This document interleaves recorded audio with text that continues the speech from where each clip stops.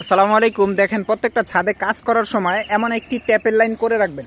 ট্যাপের লাইনে যদিও স্পিড না হয়, তবুও এটা কিন্তু অত্যন্ত গুরুত্বপূর্ণ। ছাদে যখন ভবন মহাজন একটা ছাদে ছাদ বাগান করবে, তখন কিন্তু এই কলের ট্যাপের সাহায্যে কিন্তু ছাদে যখন গাছপালা রোপণ করবে, তখন কিন্তু এই ট্যাপের সাহায্যে আপনার এই গাছের মধ্যে পানি দিতে পারবে।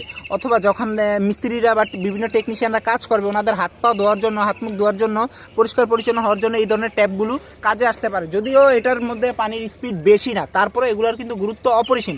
আর এগুলোর হাইট যথাসম্ভব একটু কম দেওয়ার চেষ্টা করবেন, উঁচু দিবেন না, একটু কম দেওয়ার চেষ্টা করবেন, তাহলে পানির ফ্লো বেশি পাবেন এতে। কারণ এটা টাঙ্কি কিন্তু বেশি দূরে থাকে না বা টাঙ্কি উঁচা থাকে না, টাঙ্কির সাথে এটার দূরত্ব কম আর হাইটও কম, তাই এটাকে যথাসম্ভব নিচু দেওয়ার চেষ্টা করবেন। এটা আমাদের এটা উঁচু দেওয়া হয়েছে, তবে আপনারা চেষ্টা করবেন আর একটু নিচু দেওয়ার জন্য 12 থেকে 14 ইঞ্চির মধ্যে এই ধরনের ট্যাপগুলো দেওয়ার চেষ্টা করবেন ছাদে, এতে করে পানির স্পিড বেশি পাবেন। ধন্যবাদ সবাইকে, আল্লাহ হাফেজ, আসসালামু আলাইকুম।